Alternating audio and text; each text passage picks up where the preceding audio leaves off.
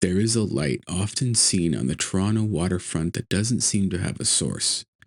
It drifts along the lake shore in the early hours of the day, dim, amber, and wavering, moving with the slow, purposeful rhythm of a man who has somewhere to be. But when you look for the hand that carries it, there is nothing, just the light and the dark water beside it. And somewhere behind you, the oldest lighthouse in Canada standing silent, almost giving you the feeling that it's watching and waiting for its keeper to come home. This is the story of Gibraltar Point, and it begins, as so many dark stories do, with a man simply doing his job. In the autumn of 1809, a German-born immigrant named John Paul Radermuller was appointed the very first lighthouse keeper of Toronto, or York, as the settlement was then called. The city was barely a city at this time, a few muddy streets and the smell of pine resin and lake water.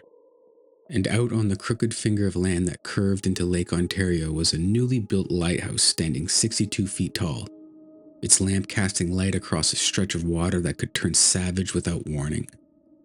Radmuller took to the work, maintaining the lamp and logging the ships.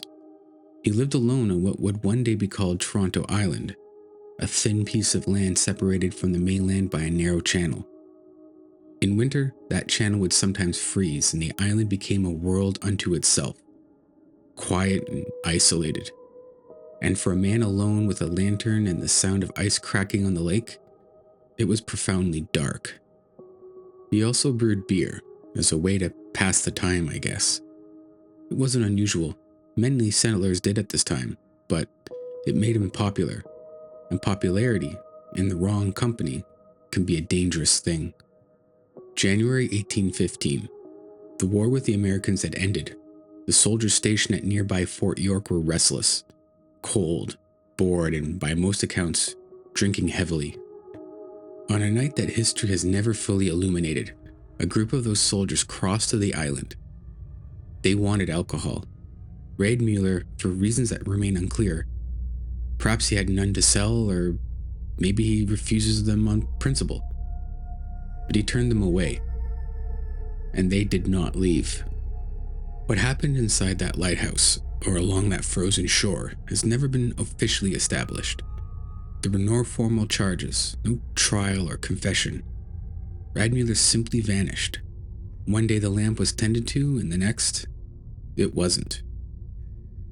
A man who had faithfully kept that light burning for 6 years was gone, as if the island had swallowed him whole. Rumors moved through York like cold air under a door. Some said the soldiers had killed him, that there had been an argument, violent and fast.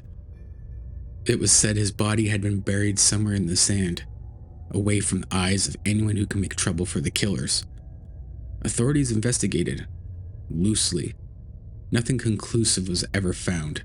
Case dissolved into silence, the way inconvenient things often did on the frontier.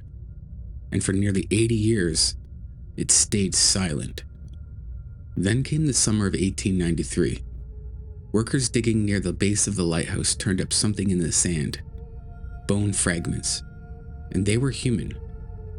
The discovery sent quite the shock through Toronto, a city that had largely forgotten about John Paul Radmuller, a city that had moved on and grown tall and begun to think of itself as modern. Journalist J. Ross Robertson documented the find in his landmark series, Landmarks of Toronto, and suddenly the old rumors had some weight. Suddenly there was evidence that a man had died here, violently, and had been hidden in the earth at the foot of the very lighthouse he had tended to. The bones told no complete story, however. There was no skull or full skeleton, just fragments scattered as though whoever had buried him hadn't done it carefully, but rather quickly and in the dark, hoping the sand and years would take care of the rest. They almost did. The fragments were noted, studied briefly, and then the matter was, once again, set aside. No one was ever charged, nor was a suspect ever even named. Radmuller received no official justice in 1815, and he received none more in 1893. The lighthouse was eventually designated a National Historic Site, and so the island basically became a park. Children's laughter replaced the sound of garrison boots, and the case of John Paul Radmuller faded into the comfortable category of historical curiosity. Except that something on that island did not seem willing to let it be forgotten. The reports began accumulating slowly, the way such things always do. A lighthouse keeper in the late 1800s mentioned a dim light moving along the shore on nights when no one should have been there.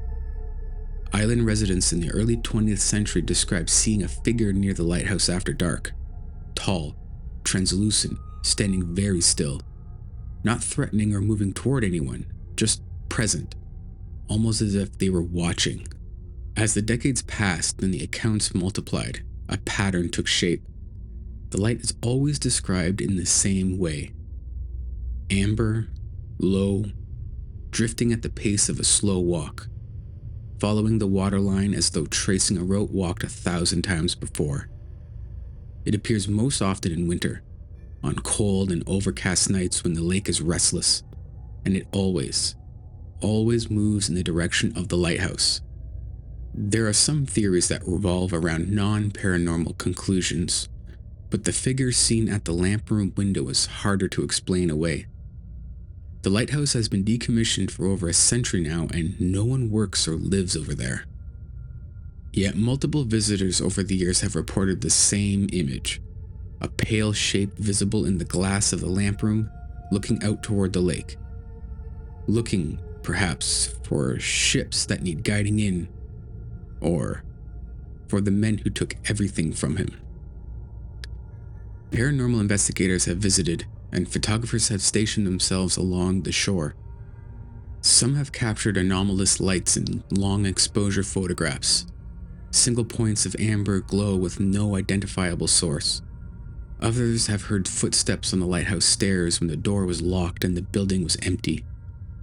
One account, cited by researcher John Robert Colombo in his exhaustive survey, Haunted Toronto, describes a former island caretaker who heard, on a January night, the sound of someone knocking, not at his door, but at the base of the lighthouse itself, from the inside, in a building that had been sealed shut for months. Gibraltar Point Lighthouse still stands today, the oldest surviving lighthouse in Canada, rising from the western tip of Toronto Island in the same limestone that Radmuller once climbed night after night to keep the flame alive. The city has grown into a glittering skyline directly across the water. On clear nights, you can see the towers of downtown Toronto from the shore where his bones were found, their lights cold and electric and indifferent. But there are other nights, foggy nights, winter nights, nights when the lake presses up dark and close against the island, when the skyline disappears, when the shore becomes just sand and silence and the sound of water, and the lighthouse stands the way it must have stood in 1815, alone, enormous, and dark. And sometimes on those nights, there is another light, dim, amber, moving slowly along the waterline, following a path worn deep into the memory of that place by years of faithful, solitary service. John Paul Radmuller was never given justice. His killer was never named. His grave was never properly marked. He was erased from the record of a city that was too young, too rough, and too busy becoming itself to reckon with what had been done to him on that frozen shore. Maybe that's why he stays. Not out of malice or to frighten anyone, but because some duties, once taken on, are not so easy to set down. Because some men, once assigned to a post, do not abandon it. Not for weather, not for time, not even for death. The light still moves along the shore at Gibraltar Point, and somewhere in the lamp room window, a figure looks out across the water, keeping watch.